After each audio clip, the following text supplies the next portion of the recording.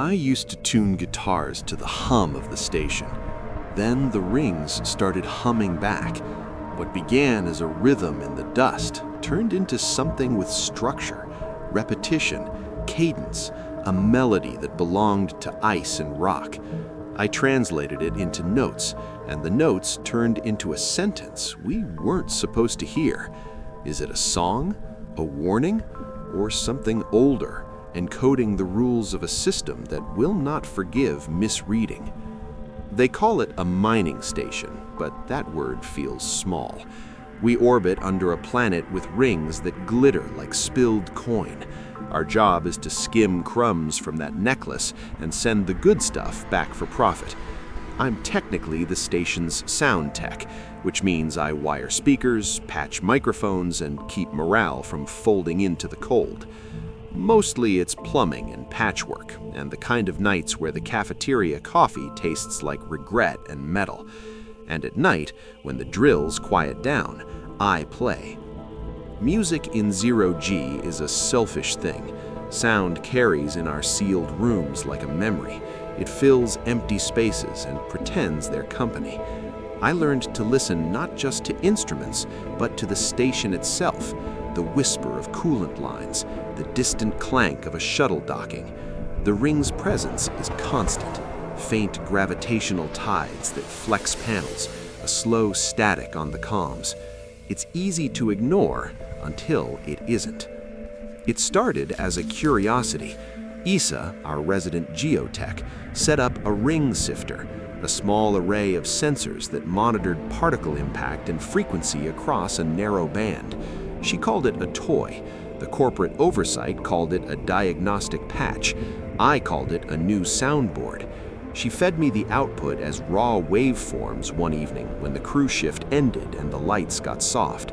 I rolled the waveform into a spectrum display, and for reasons I still don't entirely understand, I heard melody.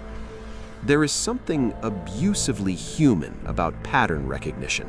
A random clatter can pretend to be a rhythm if you want to believe, except this one kept meaning something. It was a repeating motif, not perfect, but deliberate.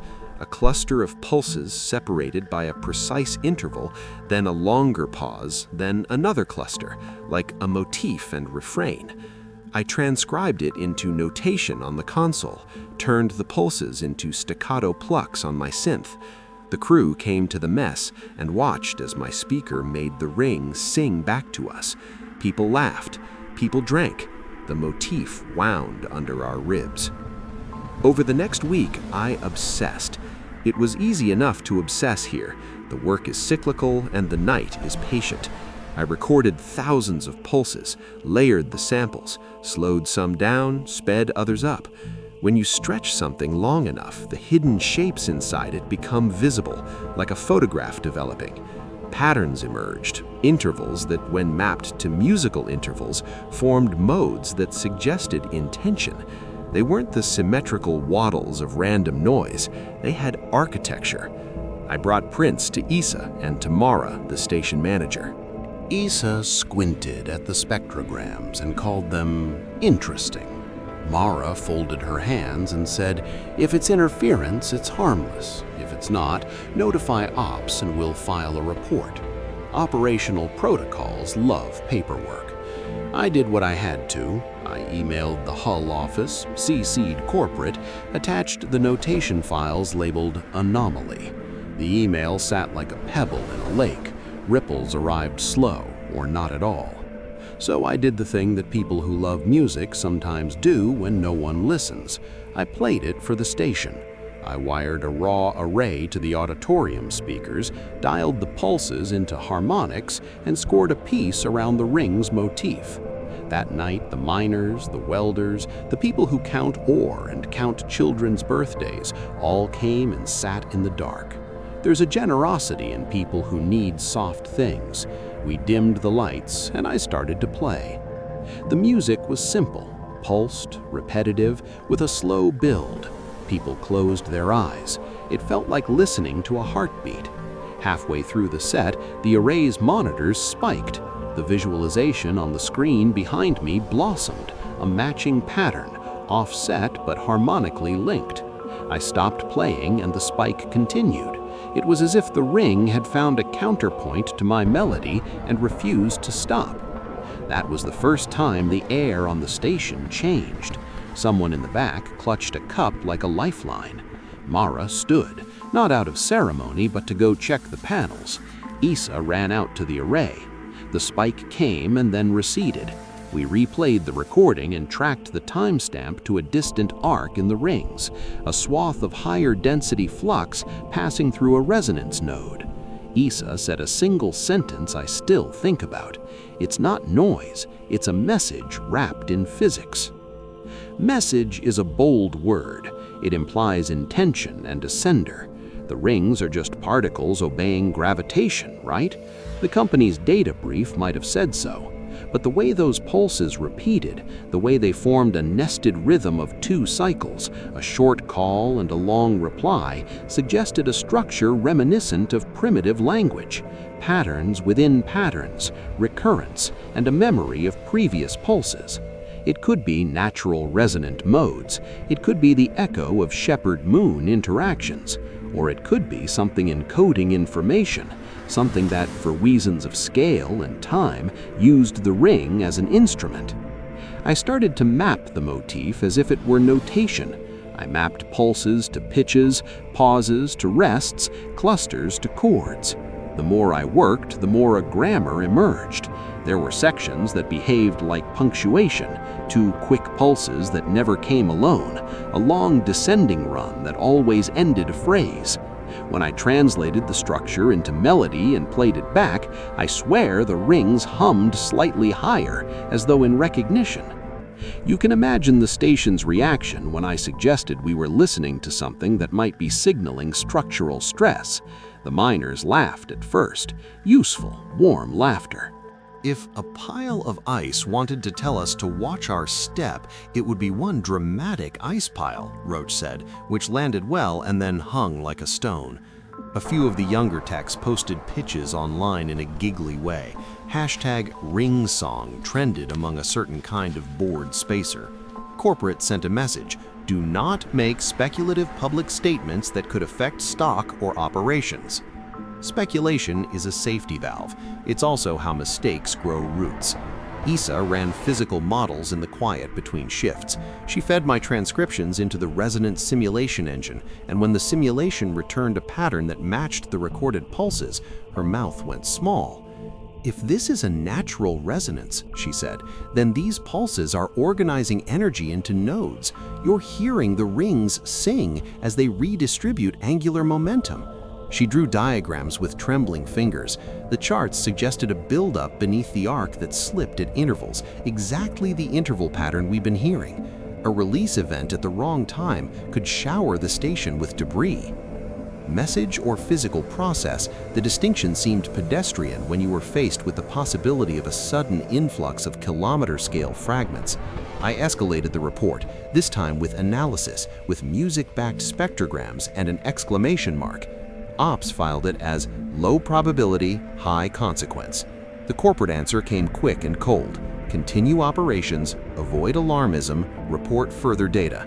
The corporation's priorities were mapped to profit windows. Protests about safety had the logistical smell of hampering productivity. The night before the major alignment, when the arc with the musical motif would pass under our orbital plane closest to the station buzzed with a tension that hummed through cables. People did what people do. They checked tether points, they said prayers to old gods, some of them to new code gods. I tried to sleep and instead sat with my synth, layering the motif and adding harmonies like a person tracing a face by memory. There's a selfishness in music. It turns fear into form. The event began quietly. Telemetry showed the arc approaching. Impact simulations ticked like a metronome. Then the ring's motif rose in amplitude. The speakers I'd rigged in the auditorium began to resonate sympathetically with the actual external drive. A tone in the wall speakers, the same register as my low strings, shuddered and the fluorescent lights hummed. A maintenance panel at the base of the array popped and pinged like a small bell. The instrumentation readings spiked. In the control room, Mara's voice was clipped but steady. Commence shelter protocol. all non-essential personnel to safe zones. We watched the spectrograms, and I watched the melody. Then the motif changed, a long descending line that I hadn't cataloged repeated faster, like an accelerando. The pattern that had been a steady chant lengthened into something urgent. It was the ring improvising on the motif, a phrase revised with insistence. For the first time, the structure had internal variability that suggested dynamic warning, not just steady resonance, but a predictive variance that indicated an impending shear. The miners were already in their suits. They moved like people who have rehearsed panic their whole lives and learned to be efficient with their hands. Roach clipped his tether, said something in a language I didn't catch, and ran diagnostics on the scrapers. A monitor in ops went red, microfragment flux increasing. A fragment half a meter across blinked on the proximity radar, and then a train of smaller ones followed. The pattern on the spectrogram matched the pulses I had been playing, only now they were stronger, organized, marching like a phalanx along predicted vectors. We had maybe an hour before the main cluster intersected our station's protective cone. Corporate's official channels still argued for measured response. Mara didn't care. She'd been a miner once, and she understood calculus measured in kids and boilers. She ordered an evacuative maneuver for the depot bay and had docking clamps reinforced. That bought minutes. Minutes are currency in space. I did something reckless. Music makes you reckless.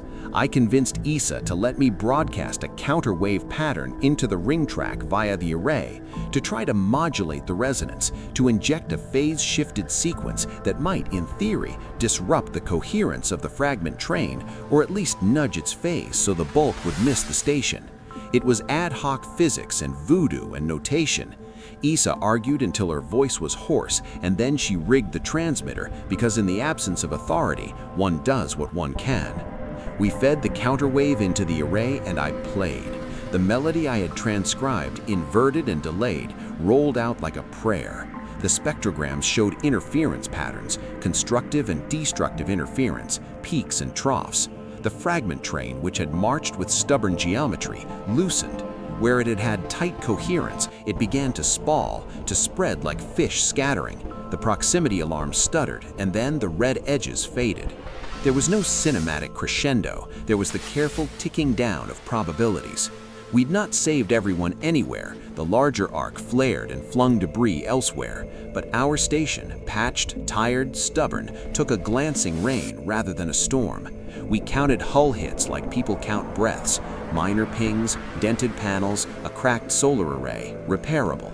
The music had done something. Whether it had charmed the physics or simply bought time, I can't say with certainty. Scientists with better tools later called it a stochastic resonance event. We'd added energy at the right phase to break coherence. Philosophers called it a miracle. I call it a night when a song stopped a rain of stones. In the aftermath, we cleaned, patched, and logged. Corporate issued a statement praising on-site initiative while slyly filing us under anomalous operational adjustments. They sent engineers to bolt and audit. They also sent a reprimand for unauthorized broadcast that smelled of PR theater. The internet, blessed, called our performance the night the rings sang back. Artists remixed our recordings into anthems. Scientists published cautious papers, and some of them quoted my spectrograms and my notation as a curiosity. What I keep is a recording on a little drive locked in a drawer. If you play it, you can hear it. The original ring motif in primitive fidelity, the counterwave I played, and the distant clatter of impact. Underneath it all is something older, a structural cadence that repeats on scales longer than a human lifetime. I don't know whether it's art or a warning. Maybe the universe doesn't care which label we apply. Maybe it's both, or neither, a physical system encoding dynamics, and in doing so, accidentally singing. If there's a moral here, it's a modest one. Listen, not because you'll always understand, but because sometimes the song is also a map. We almost ignored it because corporate schedules and comfort make us deaf. We almost lost more than panels. We almost missed the way pattern and meaning can hide in the ordinary. Music does what science sometimes cannot. It convinces people to stop and hear. I still tune guitars to the hum of the station sometimes. The rings still sing, and when they do, I play back.